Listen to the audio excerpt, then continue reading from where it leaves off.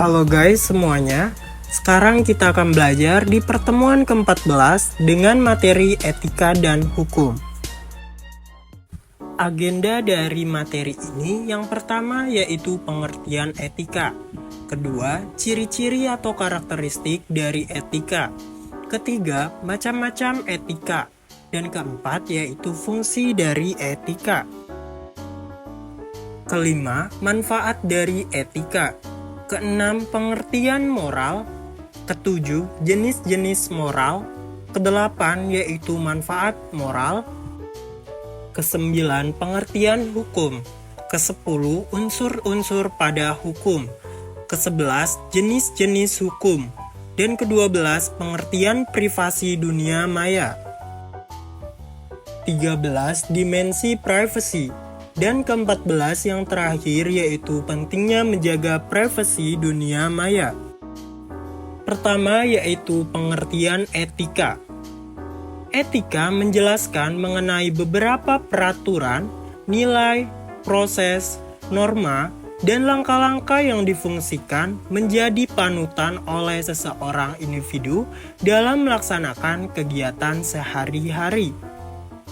Asal mula pengertian dari etika yaitu berasal dari sebuah bahasa Yunani yang berarti ethos, yang artinya dapat dijabarkan kembali yang berarti sebuah kebiasaan. Etika juga merupakan sebuah studi yang menjelaskan dan memahami mengenai hal-hal yang berkaitan dengan sebuah hak dan juga kewajiban yang menunjukkan tindakan yang positif ataupun yang negatif. Ciri-ciri atau karakteristik dari etika. Etika juga memiliki beberapa ciri atau karakteristik di mana pada setiap masing-masing ciri ataupun karakteristik tersebut saling berhubungan erat. Nah, maka dari itu, berikut merupakan penjabaran dari ciri-ciri atau karakteristik dari sebuah etika antara lain meliputi 1. Hukum sifat dari etika adalah mutlak atau absolut. Kedua, keberlakuan etika selalu hadir walaupun orang yang di sekitar tidak diperhatikan atau memperhatikan. Ketiga, dalam menjelaskan bagaimana sebuah pandangan batin, seseorang dapat ditunjukkan dengan etika. Dan keempat, perilaku seseorang dapat menunjukkan etika yang dimilikinya sehingga keduanya menunjukkan sebuah hubungan. Macam-macam etika. Etika juga memiliki berbagai macam yang dapat dijelaskan dan kemudian dijelaskan berdasarkan lingkungan, jenis, dan ruang lingkupnya, serta berbagai sumber yang dimilikinya. Berikut ini merupakan macam-macam dari etika antara lain meliputi 1. Jenis etika. A. Etika normatif dan juga B. Etika deskriptif. 2. Ruang lingkup etika. A. Etika khusus dan B. Etika umum. Ketiga, etika berdasarkan lingkungannya. A. Etika individual dan B. Etika sosial. 4. Etika berdasarkan sumbernya. A. Etika teologis dan B. Etika filosofis. Nah, fungsi dari etika. Beberapa fungsi dari yang dimiliki etika itu sendiri diantaranya menjadi wadah dalam menampung. Artinya beberapa pemikiran kritis dan juga rasional dengan kejadian yang dihadapi secara langsung dengan beberapa macam moral yang tidak pasti. Bertujuan dalam pengambilan. Nah, sebuah perilaku yang normal dalam menghadapi suatu kondisi dari masyarakat yang beraneka ragam bentuk dan juga sifatnya. Memiliki tujuan dalam menunjukkan sebuah keterampilan dalam melakukan proses pemikiran dalam kondisi yang jernih, yaitu melakukan beberapa argumen yang diajukan yang dapat membangun untuk ke arah yang positif dan dapat dikritisi dengan baik. Berfungsi dalam membedakan hal-hal yang diperlukannya adanya perubahan. Dalam hal ini, apakah boleh diubah atau tidak perlu untuk dirubah? Berguna dalam membantu penyelidikan. untuk mengatasi sebuah permasalahan sampai pada dasar munculnya konflik tersebut, baik konflik moralitas maupun konflik sosial lainnya, dengan bentuk gagasan yang tersistematis juga kritis. Berfungsi untuk membantu sebuah konsistensi. Manfaat dari etika. Hubungan yang erat dan melekat dalam diri manusia adalah etika. Nah, manfaat yang dapat diterima dan dirasakan dalam kehidupan sosial bermasyarakat dijelaskan seperti di bawah ini. 1. Penghubung antar nilai. Kedua, pembeda antara yang baik dan buruk. Yang ketiga, menjadikan individu memiliki sikap kritis. Keempat, suatu pendirian dalam diri. Yang kelima, membantu sesuatu sesuai dengan peraturan. Keenam, mengorbankan sedikit kebebasan dalam dirinya. Yang ketujuh, membantu dalam menentukan pendapat. Selanjutnya, yaitu pengertian moral. Dapat didefinisikan, moral merupakan sebuah hukum dari penerapan perbuatan yang dilakukan oleh masing-masing orang dalam melaksanakan komunikasi dan sosialisasi antar sesama. Oleh karena itu, dapat menumbuhkan perasaan yang saling menghormati atas setiap individu. Nah, jika dijelaskan dalam arti lain, moral ini dideskripsikan sebagai hubungan yang menjelaskan tata cara, budi pekerti, tingkah laku, yang dapat membedakan dan memahami mana sesuatu yang dapat dikatakan benar dan dinilai secara baik, dan hal yang dikatakan salah dan dapat dinilai oleh masyarakat sekitar secara buruk. Berikut ini menjelaskan mengenai tujuan dari pentingnya moral, antara lain 1. Dengan seseorang memiliki moral sebagai pegangan dalam hidupnya, maka dapat menambah wawasan individu tersebut di masa depannya. Kedua, dapat membantu menjaga silaturahmi antar manusia sebagai makhluk sosial. Ketiga, meningkatkan jaminan mengenai kebahagiaan seseorang baik jasmani maupun rohani. Yang keempat, sebagai semangat bagi manusia untuk menebarkan sikap yang positif dan tolong-menolong terhadap sesama. Yang kelima, perwujudan moral yang ada dalam diri seseorang bisa membantu meningkatkan kesabaran dalam jiwa. Jenis-jenis moral. Beberapa jenis-jenis moral dalam kehidupan manusia antara lain meliputi 1. Moral ketuhanan, 2. Moral ideologi dan filsafat, 3. Moral etika dan kesusilaan, dan keempat, moral disiplin dan juga hukum. Dari keempat macam moral, di mana masing-masing dari jenis moral juga memiliki tujuan yang sama, yaitu membentuk masyarakat menjadi pribadi yang lebih baik. Manfaat moral. Manfaat-manfaat yang dapat diperoleh dengan adanya moral antara lain meliputi 1.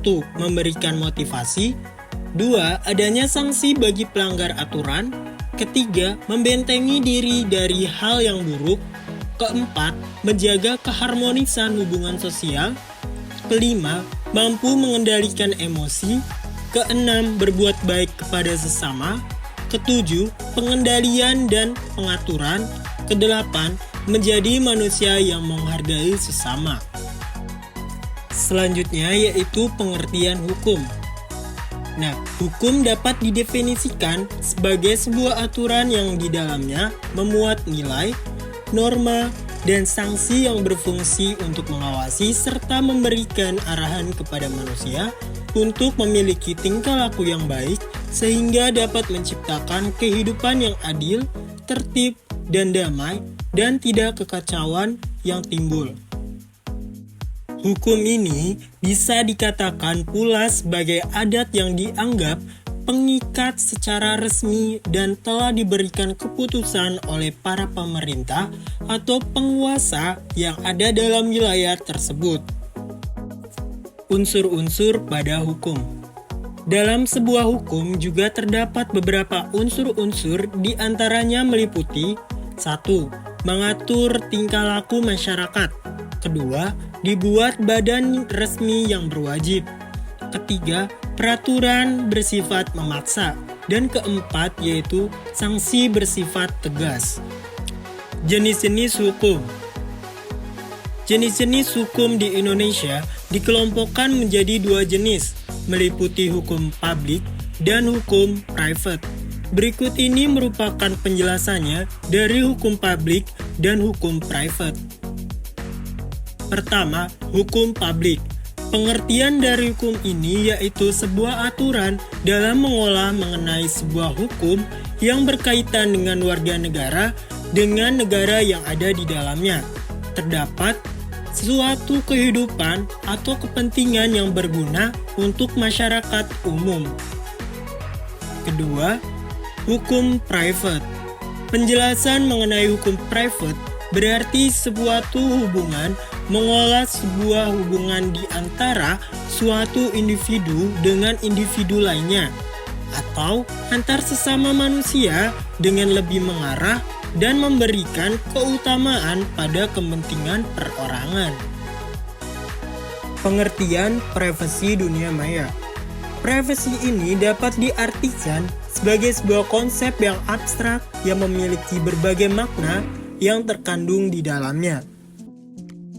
Yang menjelaskan hubungan privasi ini dengan orang lain adalah ketika seseorang mampu menentukan seberapa jauh orang tersebut memberikan izin untuk orang lain memasuki kehidupannya, dan bagaimana seseorang membuka diri kepada orang lain dikarenakan sebagian besar ketika seseorang terlalu ikut campur dalam kehidupannya akan memberikan rasa nyaman, sehingga adanya privasi ini sebagian besar hak manusia untuk tidak merasakan tekanan dan gangguan dari orang lain. Secara bahasa Inggris, privasi sering disebut dengan privacy yang artinya sebagai sebuah kemampuan dari tiap individu atau beberapa kelompok dalam menahan keingintahuannya atas kehidupan pribadi pada seseorang dan urusan yang dipendam untuk dirinya sendiri dari publik, sehingga memerlukan kontrol penuh atas segala informasi yang masuk mengenai dirinya. Selanjutnya yaitu dimensi privasi. Pada dasarnya yang dimaksud dengan privasi adalah batasan-batasan atas informasi mengenai data diri seseorang dari jangkauan mata publik. Perlu diketahui bahwa privasi juga memiliki beberapa dimensi-dimensi.